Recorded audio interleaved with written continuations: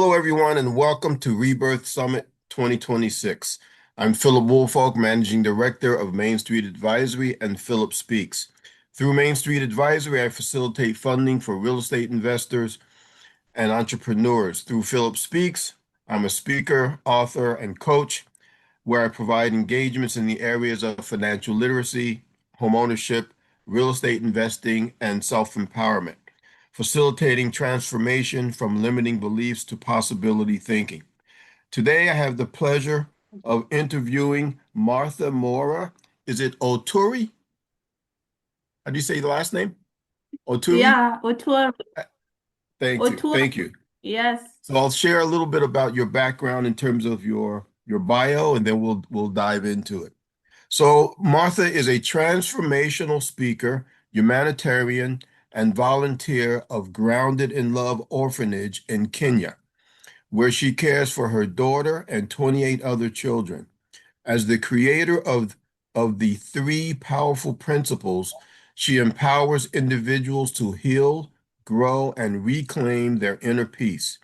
Having overcome suicidal thoughts through her own journey of self-discovery, Martha now teaches that true happiness comes from within and is freely available to all. Through her coaching and service, she has impacted lives globally, helping others unlock their strength, embrace self-love, and live purpose-driven lives rooted in faith, resilience, and unconditional love. Thanks for being on the show, Martha.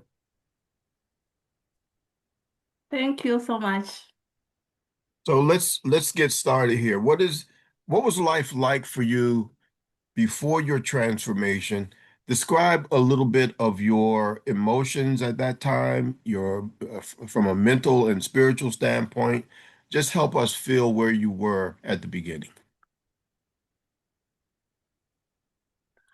Okay, I had just lost my father, who was the breadwinner in our family, and I'm the firstborn in my family. I lost my father due to liver cirrhosis. He was a drunkard, and I remember after it was a very sad moment in our life, and we were very sad losing a parent, a Right. breadwinner, and we loved him so much. So after the burial, my mother called me in her room with tears flowing down her cheeks. She told me, "My daughter, I want you to go to the city and look for a job so that you can support us here at home." Right. When I looked at my mother, she was very sad and her tears were just rolling down.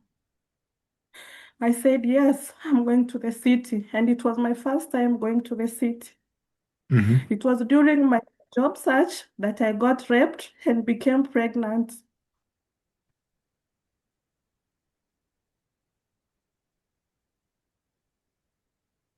I saw It's okay. myself as unlucky. I saw myself as unworthy. Hmm. I was not happy at all. Right. Looking back at the situation back at home, I could say, "Oh my God, my mother, my siblings, why me? Why me, Lord? Why? Why should I pass all through this?" Right. My hypertension was very high, and I was kicked out of the house where I was staying, heavily pregnant. I Hmm. had to go to the street, heavily pregnant. Every day, I was fighting suicidal thoughts. Right. I was comparing myself to other people, those that I was learning with good jobs, living happily, looking at myself.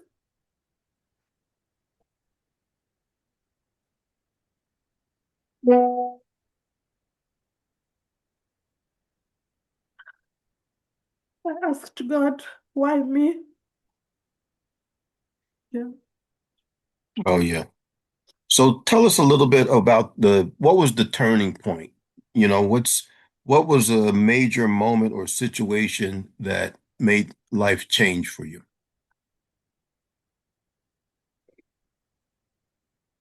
So when I was in the streets, one day my grandfather called me. My grandfather uh, owns an orphanage with 28 children where Hmm. I live now with my daughter. And he asked me, my granddaughter, how are you doing? And I told her, I'm very sad. I'm in the streets. Right. I don't understand myself. My grandfather sent me bus fare to come to the orphanage, and they came to the orphanage. I could call friends, and I was looking for happiness in Right. friends, and I didn't find it. I Hmm. didn't find the happiness in friends. So I had just gone through a C-section delivery because my high blood pressure was very high. And you Right. know, in Africa, going through a C-section delivery, you are seen as a very weak woman. Hmm. It is seen as a very bad man. Right. Yes. So I didn't have friends. And even walking to the community, they could just point at me, gossiping about me. I was Right. under stigma. So I just decided to just be alone with my phone. Then one day, as I was just scrolling down my phone, I came across 3P in Africa. And you know what? My inner wisdom, something told me, just text and uh, to understand what it means. And Right. I understood that we don't only pray to God, but also God speaks to us through our inner Right. wisdom. Right. Yes. So God spoke to me and asked me to just ask what it meant. And I asked Harry, and he responded back very positively. And he was my only friend that I had. And he Hmm. listened to me with a clear mind, not a Right. mind with judgment. Yes. And he scheduled a sharing with me about the three principles, which is mind, thought, and consciousness. And Hmm. one day, I now started listening with a feeling, not Right. with words. And I just had a little voice inside me telling me, Martha, Martha, you need to be happy. Happiness is free. And just Right. that was my turning point. I Hmm. now had the desire to live happily, a desire to love myself. Yes, Right. that was my Right. point. That's awesome. So what did your transformation feel like? Tell us a little bit about that process of really moving from this dark time in your life to this transformation. What went on sort of internally, spiritually, how did you get through that? Okay, my transformation felt like I was living in two different worlds. Before, I was living in a physical world, a world where I could let my fears control me, a world Hmm. where I was comparing myself to others, a world where I was looking for happiness outside, a world Right. where I didn't know about my inner wisdom.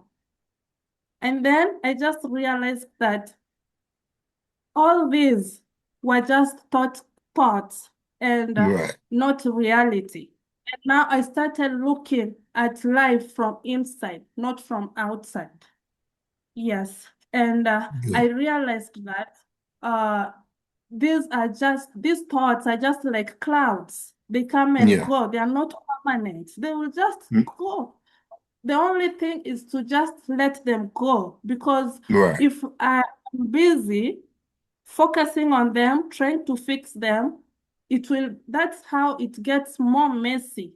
So Hmm. I decided to just move forward and let go of these negative thoughts. And I also noticed that these thoughts, I cannot control them. Every day Right. I have 1,000 thoughts in my mind.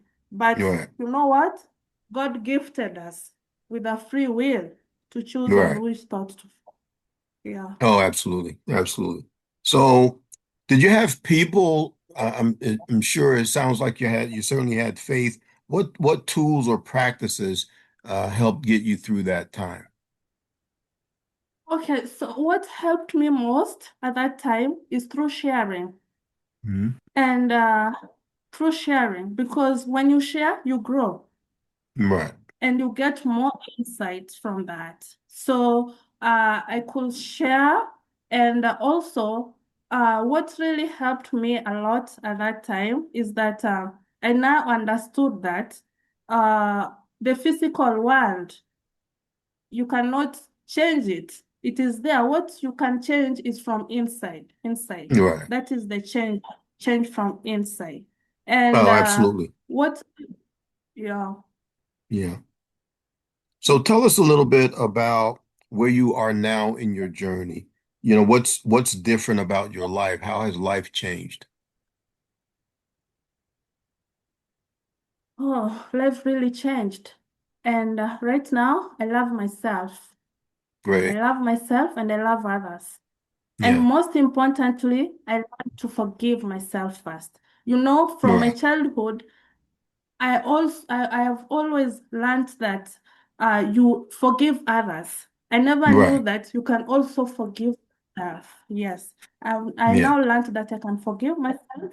And also I've learned the exercise of listening. Listening Hmm. to a friend, a clear mind, no judgment, so that I Yeah. can feel that inner inner little voice that I can share to her after hearing her or his sharing.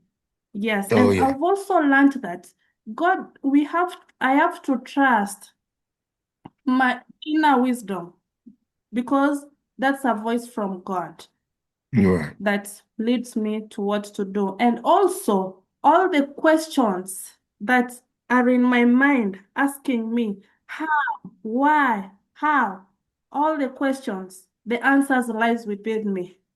The Right. Right. answers are with me. Outside, I Awesome. won't find the answer. The answers are with me, within me. What I do is I just go into a quiet mind and listen to my inner wisdom. And Oh, inside absolutely. there lies the answer. Yeah. So tell us what message do you have for someone who may be still stuck in their pain or trauma? What would you say to them in terms of how they move forward and reach that transformational space? Okay, so before that, I'd like to say that what I'm doing with my work right now is that I'm sharing to the children about the three principles Hmm. and here at the orphanage. And the children, their lives have really changed because here in the orphanage, we have children living with HIV and AIDS, and they Right. have been living with stigmatization.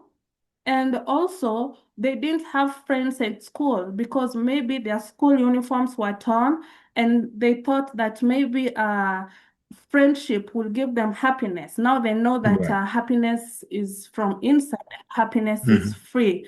And Right. also, right now in the orphanage, we don't have to uh, like